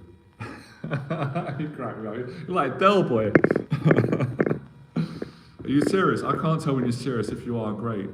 You crack me up. The humour's killing me. This guy's brilliant. I like that. See, that's giving. Stop. He's killing me, man. You're killing me. This is great. See? Oh, man, he makes me laugh. Well, if that's genuine, that's great, but you make me laugh. Oh, that's human. I love people, man. They cause you a lot of pain, but they make you laugh too. That's too funny, man. I mean, that's priceless, man.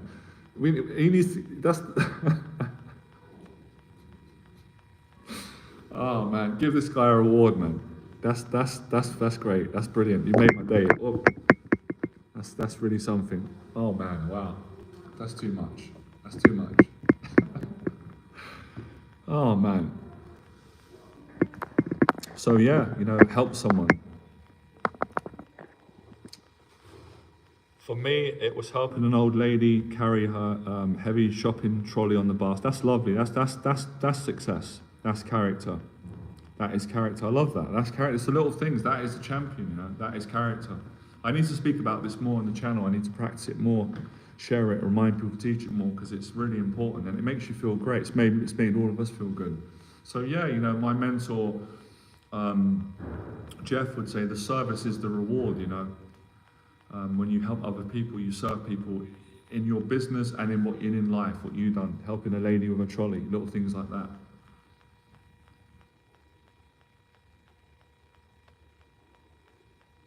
I'm going to make a video on that. I need to do one on that.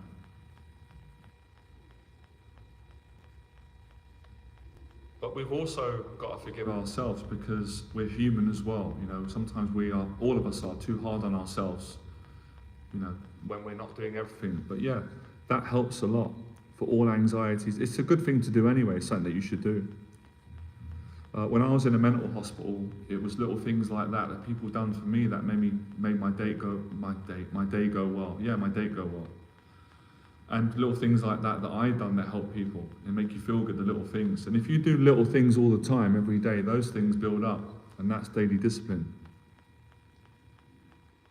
Yeah, I can't tell, Timmy, when you're joking, when you're being serious, but I love it. The intelligent is, your humour is intelligent, and your intelligence is humorous. Oh, we almost made it. We're going to make it 30 seconds, see? What you can do when you put your mind to it. We challenge that inner conversation.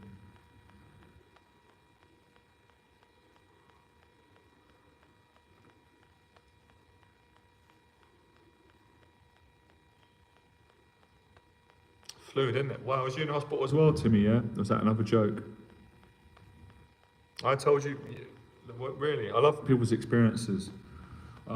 You guys know the joke, right? It's going to get boring soon when I tell it, because as soon as you start saying we've heard it before, this is a true story, but I don't mind people laughing because I make jokes of it. It's actually a true story, but it's funny as well. It makes me laugh. Gratitude. When I was in a mental hospital, well, I wasn't feeling good, as you can imagine, and there was a lady in there, and she said, she asked me what my name was, and I said Jonathan, and I was pretty stressed at the time, nervous, anxious, as you would be, and she said I was really handsome, right? And I wasn't feeling it. And she said it, and then all the nurses and the people on the ward were like, leave him alone, stop bothering him, you know. And then she said, he's handsome, he looks like an Armani model. And wow, no one's ever said that before. I mean, my mum said I was handsome, my grandma, my aunties, a couple of girls at school and friends and family, and that made me feel good. It really did. But no one, not even my own mum, has ever said that I look like an Armani model. And at that moment, with the pain I was going through, I said, you know what? Even though what she said is flattering, I know that's not true. I know I would never be arrogant. I would never disrespect the modeling industry by saying something that's so ridiculous that I look like an Armani model. Now, I appreciate that she saw something in me that the modeling agencies didn't see in me. But I knew that I didn't look like an Armani model. You know, I was close to life and death. And I knew in my own heart, if there was any type of model that I looked like, it would be a Reebok model. It's probably not funny no more, but it makes it. And that's a true story. I didn't say that when she said it. I was so unwell. I got actually a bit shy at the time. I got a bit embarrassed, but it was funny. And she did say that I was handsome and I looked like an Armani model, which I definitely didn't. But I like telling that because it's true. It's funny, it's gratitude, and sometimes you look back on these things and you can make humor of them. But yeah, no disrespect to anybody in the modeling industry, or any of you Armani models, I would never ever say that I look like an Armani model. You inspired me, Timmy, your humor. Right, we've done it. I've gone the distance, and I've gone 2 minutes over. We're breaking records. Oh, definitely, man, definitely. Yeah, when I told my brother, he was in stitches laughing because these are a lot of stories that I haven't shared with everyone and not always the right time. So, yeah, that was looking back, you know. At the time, you don't find it funny. You don't see the humor in it. It's only when you come out of the situation and you look back on it and you process it and you think, how would other people view that? And obviously, it'd be hilarious. So we did it. Right, okay, that's it.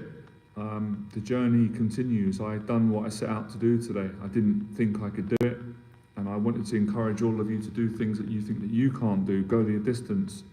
So I did a live stream for more than 2 hours. Every minute counts, so I've done 3 minutes extra. So yeah, I'm actually gonna try and aim to get on tonight and do another one. I'm gonna be honest, right?